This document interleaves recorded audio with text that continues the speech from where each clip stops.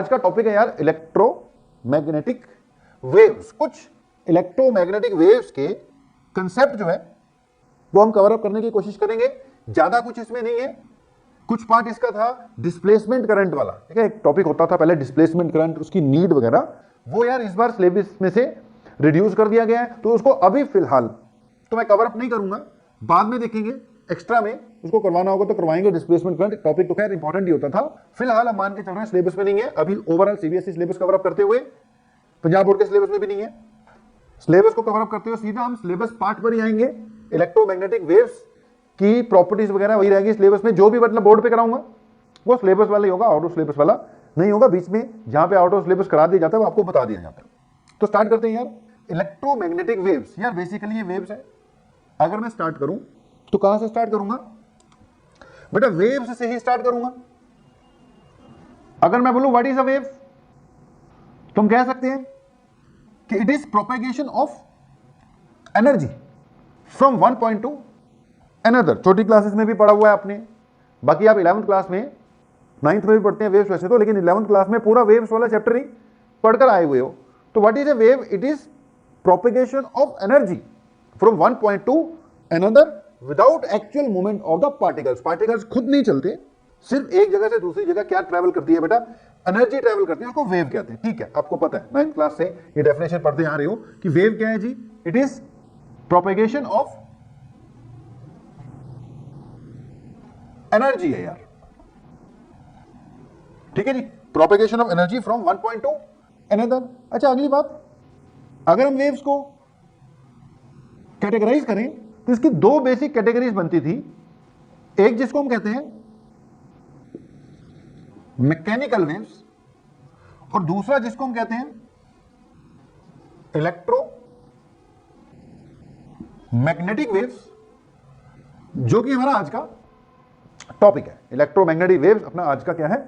Topic है। तो दो टाइप की वेव्स होती हैं यार, एक मैकेनिकल वेव्स और दूसरी कौन सी जी? Electromagnetic waves. जब हम 11th क्लास में वेव्स पढ़ते हैं तो वहां कहते हैं यार इलेक्ट्रोमैग्नेटिक वेव्स आपको 12th क्लास में पढ़ाएंगे। 12th क्लास में अपने आप में फुल फ्लैश क्या होगा जी? ये चैप्टर होगा तो आगे भाई 12th क्लास, और 12th क्लास में इलेक्ट्रोमैग्नेटिक वेव्स आ ही गया। 11th क्लास में जो वेव्स पढ़ी आपने वो मैकेनिकल वेव्स ही पढ़ी। दोनों के बीच में बेसिक डिफरेंस हम यही बताते हैं कि जी mechanical waves are those waves which need some medium to propagate, और ईएम वेव्स वो है which need not any medium।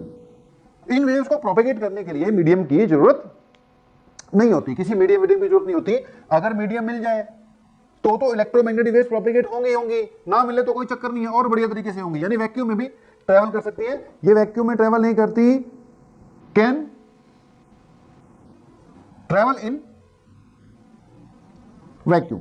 अब इसको मैकेनिकल वेव को छोड़ो, फिर वही बात, बिना मतलब टाइम खराब होगा डिस्कस करने में, हम सीधा काम की बात पे आते हैं। इलेक्ट्रोमैग्नेटिक वेव्स पर ही आते हैं। ये आपने 11th में पढ़ा। 11th में जो भी पढ़ते हो मैकेनिकल वेव पढ़ते हो, उसमें एक साउंड वेव्स पढ़ते होते थे। Sound waves are mechanical in nature. उसको छोड़ा, कहां पर आ गए हम? सीधा इलेक्ट्रोमैग्नेटिक वेव्स पे आ गए। यार इलेक्ट्रोमैग्नेटिक वेव्स है तो बेसिकली देखो ये वेव ही, यानी एक पॉइंट से दूसरे पॉइंट एनर्जी का क्या होगा? ट्रांसफर होगा। यार यहां पर क्या होता था मैकेनिकल वेव में?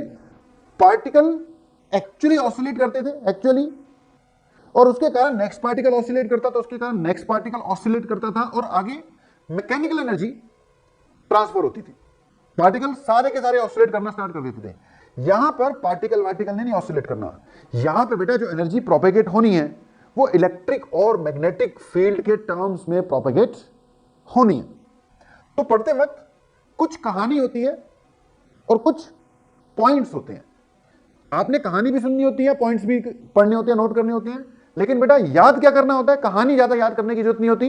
वो तो कहानी अगर समझ में लग गई तो उसको याद करने की वैसे भी जरूरत नहीं पड़ेगी, वो आपके वैसे ही समा जाएगी आप में। याद क्या करने पड़ेंगे? आपको पॉइंट्स याद करने पड़ेंगे। एग्जामिनेशन के लिए आपको पॉइंट्स चाहिए, मेन टॉपिक चाहिए। हाँ, अंडरस्टैंडिंग के लिए कहानी भी चाहिए, तो अपनी कहानी भी चलेगी और बीच बीच में पॉइंट्स भी चलेंगे, और बीच बीच में आपको यह भी बता दूंगा क्लियरली कि यार इन चीजों को करना, यहां से क्वेश्चन आएगा। ज्यादा फैलेंगे नहीं। पिछली बार एक वो टॉपिक था मैग्नेटिज्म वाला। मैग्नेटिज्म में मैंने बोला था यार 2 दिन में कराएंगे, कराते कराते हम फैल गए और जो सिलेबस में नहीं था वो भी खींच लिया। 5 लेक्चर लग गए, 2 लेक्चर बोलते बोलते 5 लग गए भाई। इसमें कोशिश करूंगा मैं 1 में कवर अप कर दूं, थोड़ा लंबा हो जाएगा। चलो 1 में नहीं होगा, 2 लगेंगे, 2 से ज्यादा हमने इस पे नहीं लगने देने हैं, वही बात है, ज्यादा फैलना नहीं है। तो टॉपिक पे आते हैं, इलेक्ट्रोमैग्नेटिक वेव्स, जिनको कोई मीडियम की जरूरत नहीं होती, वैक्यूम में भी ट्रेवल कर लेंगी, बल्कि वैक्यूम में और बढ़िया ट्रेवल कर लेंगे, ठीक है जी। दूसरा मैंने यहां पे बोला कि यार ये वेव्स भी एनर्जी प्रोपेगेट करेगी एक पॉइंट से दूसरे पॉइंट की ओर, लेकिन वो जो एनर्जी है वो इलेक्ट्रिक मैग्नेटिक फील्ड के फॉर्म में ट्रेवल करेगी, यानी electric field and magnetic field के फॉर्म में ट्रेवल करेगी। पार्टिकल्स यहां पे वाइब्रेट नहीं करेंगे। कौन जाएगा? इलेक्ट्रिक फील्ड एक जगह से दूसरी जगह ट्रांसफर हो जाएगा, या मैग्नेटिक फील्ड एक जगह से दूसरी जगह फैलेगा। और इलेक्ट्रिक और मैग्नेटिक फील्ड जब फैलते हैं तो स्पीड ऑफ लाइट से फैलते हैं। तो यहां पर एनर्जी प्रोपेगेट हो रही है, लेकिन वो एनर्जी किस फॉर्म में प्रोपेगेट हो रही है बेटा? इलेक्ट्रिक फील्ड या मैग्नेटिक फील्ड के फॉर्म में प्रोपेगेट हो रही है। ओके, तो इलेक्ट्रोमैग्नेटिक वेव्स प्रोपेगेशन एनर्जी है किस फॉर्म में? In the form of electric and magnetic field. Electric और मैग्नेटिक फील्ड के फॉर्म में एनर्जी प्रोपेगेट होती है जी। अब सीधा पॉइंट्स बनाते हैं यार। पॉइंट्स में सबसे पहले मैं डिस्कस करवा दूंगा कि what is the source of electromagnetic waves, ठीक है जी। कि इलेक्ट्रोमैग्नेटिक वेव्स का पॉइंट्स बनाते हैं हम, ऐसे फिर हम वही बात है फैल जाएंगे। एक तो हम इसका थोड़ा सा क्या डिस्कस करते हैं कि इलेक्ट्रोमैग्नेटिक वेव्स प्रोड्यूस कैसे होती होंगी, ठीक है। दूसरा फिर हम इलेक्ट्रोमैग्नेटिक वेव्स का नेचर डिस्कस कर लेंगे और उसकी रिप्रेजेंटेशन डिस्कस कर लेंगे। क्या डिस्कस करेंगे जी? सोर्स, नेचर, और नेचर के साथ ही क्या रिप्रेजेंटेशन, मतलब डायग्राम के हिसाब से कैसे और इक्वेशन के हिसाब से इसको कैसे रिप्रेजेंट करने। बाकी फिर उसकी एनर्जी वगैरह, प्रॉपर्टीज वगैरह वो तो डिस्कस खैर करेंगे अपन पॉइंट्स बना के चलेंगे, ठीक है। पहला पॉइंट, अब पॉइंट बना लो।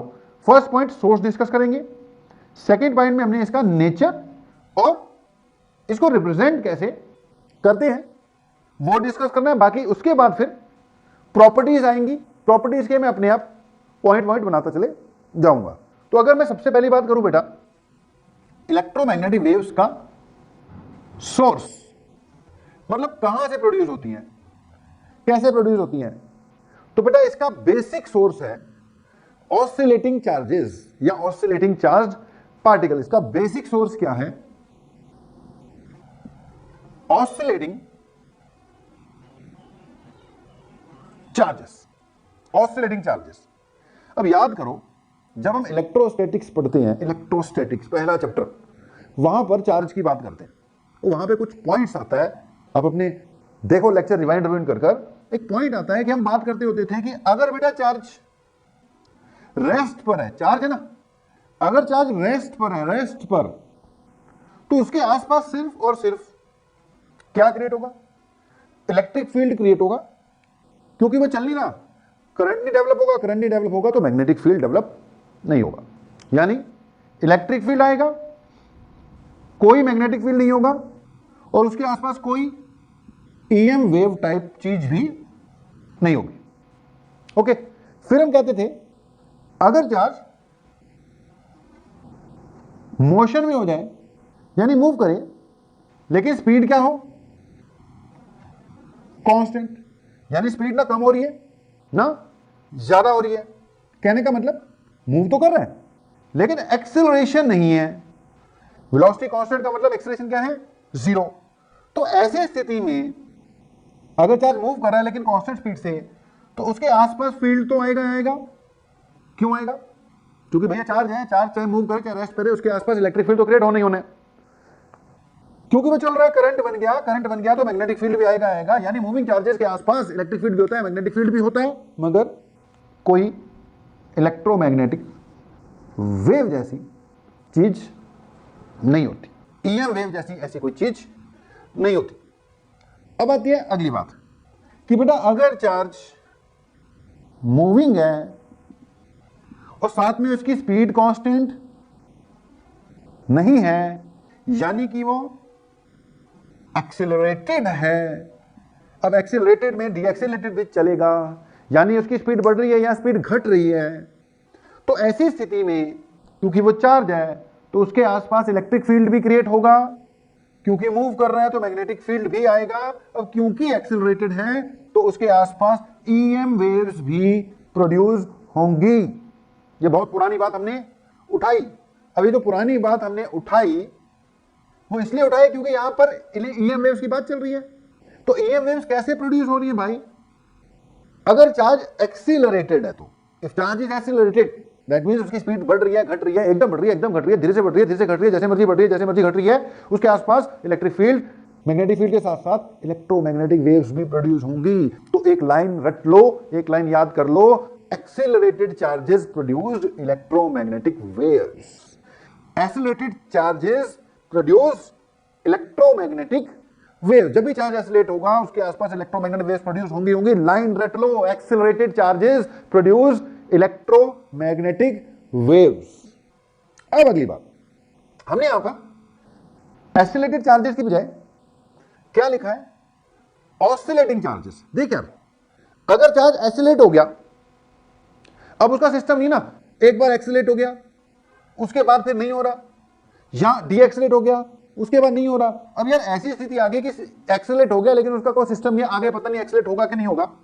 तो ईएमएफ प्रोड्यूस होगी लेकिन एक पल के लिए प्रोड्यूस होगी, उसके बाद नहीं होगी। लेकिन अगर मैंने वर्ड यूज किया ऑसिलेटिंग चार्ज, यार याद करो पेंडुलम बनो, पेंडुलम के केस में ये जो पार्टिकल था ये वैसी, इसका उससे कोई लेना देना नहीं है, पेंडुलम तो मैकेनिकल वेव प्रोड्यूस करता है। मान लो ये पार्टिकल है, उसका मास m है। यार अगर ये ऑसिलेट कर रहे हैं तो कंटिन्यूअसली एक्सेलरेट कर रहा है, क्योंकि ऑसिलेटरी मोशन एक्सेलरेटेड तो है ही है ना। जब ये ऊपर जा रहा है तो स्पीड कम हो रही है, नीचे जा रहा है स्पीड बढ़ रही है, ऊपर जा रहा है स्पीड कम हो रही है, नीचे जा रहा है स्पीड बढ़ रही है। तो कंटिन्यूअसली स्पीड में क्या आ रहा है? चेंज आ रहा है। अब कंटिन्यूअसली स्पीड में चेंज आ रहा है मतलब कंटिन्यूअस एक्सेलरेशन है। कंटिन्यूअस एक्सेलरेशन है दैट मींस ये सिस्टमैटिकली कभी एक्सेलरेशन बढ़ रही है, कभी एक्सेलरेशन कम हो रही है, कभी पॉजिटिव है, कभी नेगेटिव है। हाँ गारंटेड है कि जब तक ऑसिलेशन होती रहेंगी तब तक मोशन एक्सेलरेटेड तो होगा ही होगा। तो सिर्फ एक्सेलरेटेड बोल दिया कि एक्सेलरेटिंग चार्जेस, तो ईएम वेव प्रोड्यूस होंगी, वो सिस्टमैटिक होंगी कि नहीं होंगी ऐसा कोई पता नहीं है। लेकिन अगर बेटा ऑसिलेटिंग चार्जेस बोल दिया तो एक पर्टिकुलर फ्रीक्वेंसी के एक पर्टिकुलर सिस्टम के हिसाब से ईएम वेव्स प्रोड्यूस करेंगी। तो मैंने पहले बोला था रट लो, accelerating charges produce electromagnetic waves. मैंने फिर बोला, फिर से रट लो, oscillating charges produce electromagnetic waves. और दोनों में बेटर स्टेटमेंट क्या है? Oscillating charges produce electromagnetic waves. Base यहां से शुरू होता है, accelerated charges produce electromagnetic waves, लेकिन खत्म कहां पे होता है कि अगर सिस्टमैटिक इलेक्ट्रोमैग्नेटिक वेव्स चाहिए एक पर्टिकुलर फ्रीक्वेंसी की, क्योंकि ऑसिलेशन होंगी तो ऑसिलेट करने की एक फ्रीक्वेंसी भी होगी, टाइम पीरियड भी होगा। तो जो वेव प्रोड्यूस होगी उसके भी कुछ टाइम पीरियड फ्रीक्वेंसी के कांसेप्ट आते हैं। तो ऑसिलेशन जरूरी है। मैंने बोला फाइनल बात क्या याद रखनी है? सोर्स क्या है इलेक्ट्रोमैग्नेटिक वेव्स का? Oscillating charges. और फाइनल बात हमने क्या बोलनी है कि electromagnetic waves are produced by oscillating charges. Oscillating charges, electromagnetic waves are produced by oscillating charges. Okay, oscillating charges से इलेक्ट्रोमैग्नेटिक वेव प्रोड्यूस होती है। हो गई, बहुत बढ़िया हो गया। अब अगली बात यार, ऑसिलेटिंग चार्जेस कहां से लेके आओगे या आप चार्ज को कैसे ऑसिलेट कराओगे? तो यार पिछले चैप्टर में हमने एक टॉपिक छोड़ा एलसी ऑसिलेशन। मैंने बोला था जितना का एलसी ऑसिलेशन मैंने करवाना होगा वो आपको ईएम वेव्स वाला चैप्टर आ रहा है उसी में करवा देंगे। लाइव क्लास में एक बार बच्चे ने क्वेश्चन पूछा था एलसी ऑसिलेशन का, तो मैंने बोला था यार एलसी ऑसिलेशन वाला आगे ईएम वेव्स वाला चैप्टर आ रहा है उसी में करा देंगे। तो आ गया थोड़ा सा, ज्यादा नहीं, फिर वही बात, फैलेंगे तो नहीं, थोड़ी सी बात कर देते हैं। तो अगली बात आ गई यार, अगर हम कभी भी एक इंडक्टर और कैपेसिटर को आपस में कनेक्ट कर दें। अभी नहीं किया भाई, अभी ये स्विच क्या है? ऑफ है, अभी नहीं किया, कर देंगे। ये एल है और ये क्या है? सी है मेरे भाई। तो बेटा इसको कहते हैं एल सी सर्किट, पता है तुम्हें, इसको कहते हैं एलसी सर्किट। अच्छा, हम क्या करेंगे, कैपेसिटर को चार्ज कर देंगे। मान लो ने कैपेसिटर को क्या कर दिया, चार्ज कर दिया। अब कैपेसिटर फुल्ली चार्ज है। अब जब कैपेसिटर फुल्ली चार्ज है मेरे भाई, तो कैपेसिटर के अंदर एनर्जी है, पता ही है तुम्हें। कैपेसिटर के अंदर कितनी एनर्जी होती है, हाफ CV स्क्वायर होती है। मैंने बाहर से बैटरी ली, बैटरी से कैपेसिटर को चार्ज किया, उसके अंदर एनर्जी स्टोर होगी भाई, हो गई। अब मैं क्या करूं, अगर कि स्विच को ऑन कर दूं एकदम। अब जैसे ही मैं स्विच को ऑन करूंगा भैया, सर्किट कंप्लीट। जैसे ही सर्किट कंप्लीट, ये कैपेसिटर डिस्चार्ज हो जाएगा। अब डिस्चार्ज होने के लिए उसको करंट फ्लो करवाना पड़ेगा। ये सारे के सारे चार्जेस पॉजिटिव वाले, इनकी कोशिश होगी ले भैया नेगेटिव से मिल जाएं, नेगेटिव वालों की कोशिश होगी पॉजिटिव से मिल जाएं, और इनकी कोशिश होगी थोड़ी देर बाद हम एक दूसरे में मिल जाएं, न्यूट्रल हो जाए सब कुछ। तो मैंने बैटरी से इसको चार्ज किया था, एक तरफ पॉजिटिव प्लेट थी, एक तरफ नेगेटिव। जैसे ही स्विच ऑन करूंगा भाई, भाग पड़ेंगे ये चार्जेस। जब ये चार्जेस भागेंगे न्यूट्रलाइज होने के चक्कर में, तो करंट फ्लो होगा। अब जब करंट फ्लो होगा, ऊपर लगा हुआ इंडक्टर। इंडक्टर का काम क्या है, जब तक तो करंट में कुछ चेंज ना हो भाई, तब तक तो बैठा रहता है शांत। लेकिन जैसे ही इसमें कोई करंट चेंज करने की कोशिश करता है ना, करंट इंक्रीज करने की कोशिश करता है या करंट डिक्रीज करने की कोशिश करता है, जाग जाता है ये। तो इंडक्टर पहले तो शांति से बैठा हुआ था, जैसे ही स्विच ऑन किया, ये जैसे ही करंट राइज होगा भैया, ये डिस्चार्ज होने के लिए करंट को तो चलना पड़ेगा ना कुछ देर के लिए। जैसे ही इसमें से करंट राइज होता है, इंडक्टर जाग जाता है। इंडक्टर का काम क्या है, इसका काम है करंट में होने वाले किसी भी चेंज को अपोज करना। प्रॉपर्टी है भाई इंडक्टर की, to oppose any change in current. तो ये क्या करेगा, जैसे ही स्विच ऑन किया, करंट राइज हुआ, करंट राइज होने के चक्कर में इंडक्टर उसको राइज होने से रोकेगा।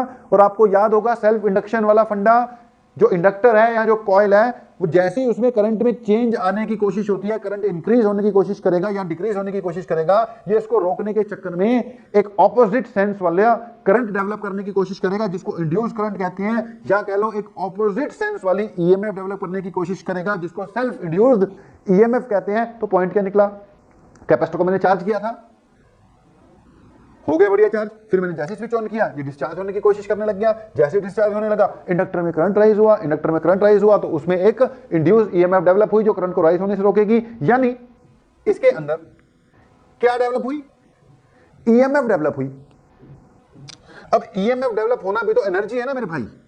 EMF क्या है, work done per unit charge है ना। EMF वोल्टेज है, वोल्टेज होती क्या, work done per unit charge है, तो वर्क डन तो आई गया उसमें।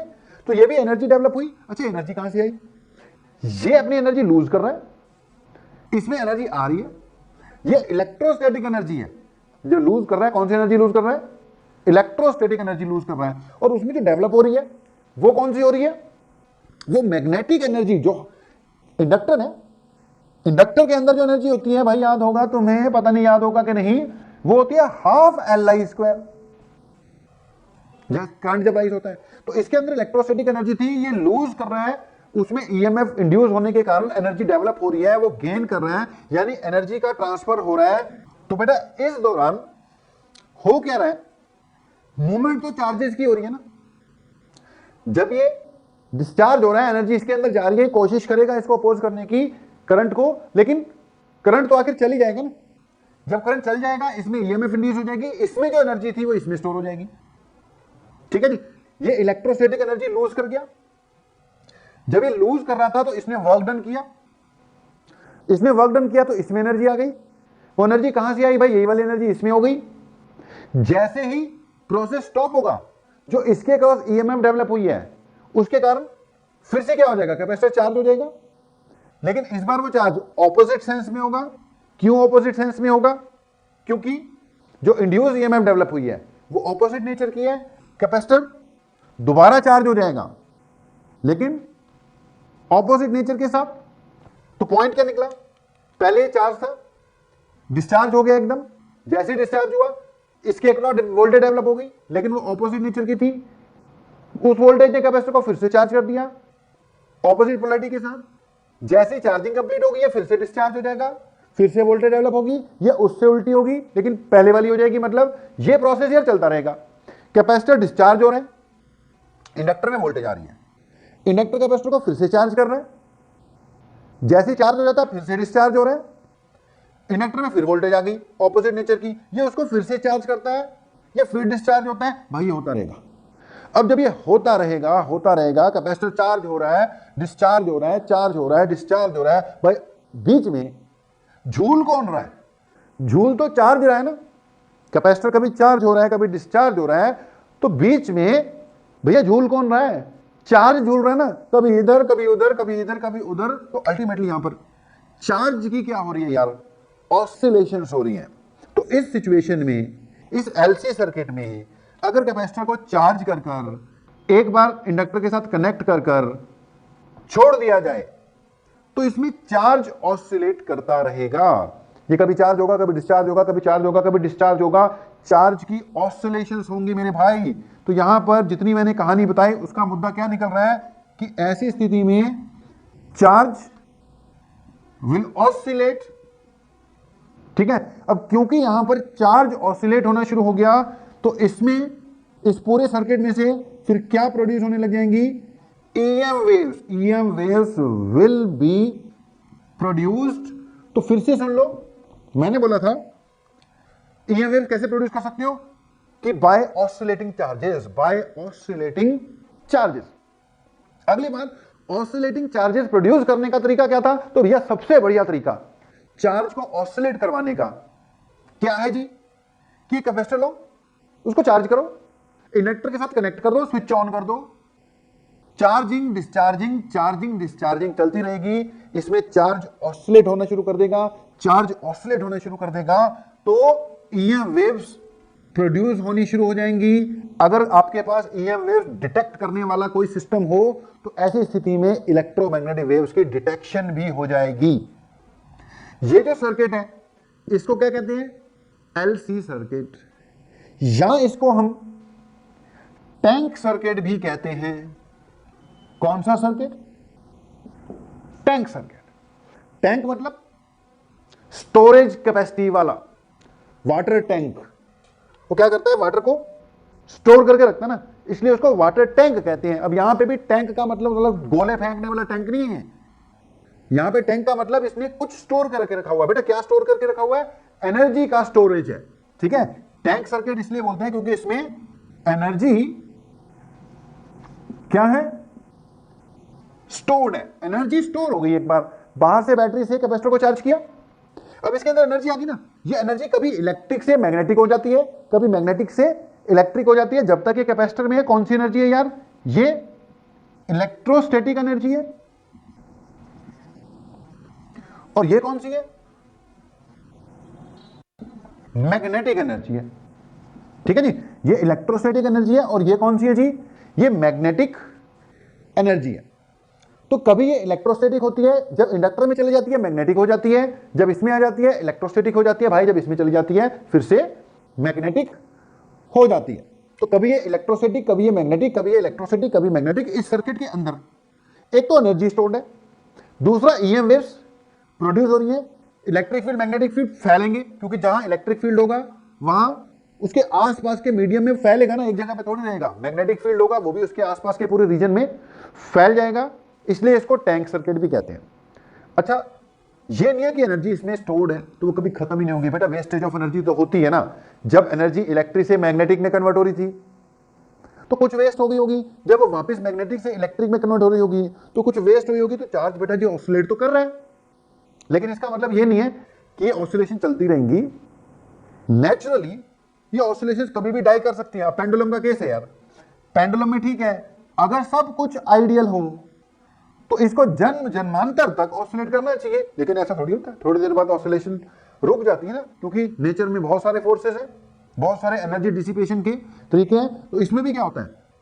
Potential energy, kinetic energy, potential energy, kinetic energy, सब कुछ सही चलता, आइडियल होता, पूरी दुनिया आइडियल होती तो भैया पोटेंशियल काइनेटिक पूरी चलती रहती और ये जिंदगी भर झूलता रहता। लेकिन ऐसा नहीं होता ना, तो ऐसा यहां पर भी नहीं होगा। ठीक है, टैंक सर्किट है, ठीक है, इसमें एनर्जी स्टोर्ड है, लेकिन जब इलेक्ट्रोस्टैटिक से मैग्नेटिक हो रही है, मैग्नेटिक से वापस इलेक्ट्रोस्टैटिक हो रही है, तो इस दौरान एनर्जी के लॉसेस होते हैं। कुछ देर बाद EMF जो प्रोड्यूस हो रही है बंद भी हो जाएंगी। कंटिन्यूस EMF प्रोड्यूस करनी है तो इस सर्किट को बाहर से कुछ कंटिन्यूसली एनर्जी भी हमें प्रोवाइड करनी पड़ेगी। तो पॉइंट निकल करके आ रहे हैं। Number 1, source of EM waves. क्या है सोर्स ऑफ ईएम वेव्स जी? Oscillating charges. क्या लाइन रटवाई थी? Oscillating charges produce electromagnetic waves. दूसरे नंबर पर चार्ज ऑसिलेट कराने का तुम्हारे पास क्या तरीका है? भैया चार्ज ऑसिलेट कराने का सबसे बढ़िया तरीका है, एक कैपेसिटर लो, उसको चार्ज करो, इंडक्टर के साथ कनेक्ट करो और कनेक्शन जोड़कर स्विच ऑन कर दो, अपने आप ही कैपेसिटर डिस्चार्ज होगा, इसमें एनर्जी आ जाएगी, वो वापस चार्ज करेगा, फिर से डिस्चार्ज होगा, इसमें चार्ज की ऑसिलेशन होनी शुरू हो जाएंगी, चार्ज की ऑसिलेशन होनी शुरू हो जाएंगी, तो ईएम वेव्स तो प्रोड्यूस होनी ही होनी है। अगर ईएम वेव प्रोड्यूस होनी है तो उनके कुछ ना कुछ तो फ्रीक्वेंसी भी होनी चाहिए। तो एक एलसी सर्किट जब इलेक्ट्रोमैग्नेटिक वेव्स प्रोड्यूस करता है तो किस फ्रीक्वेंसी की करता है? 1/2π√LC।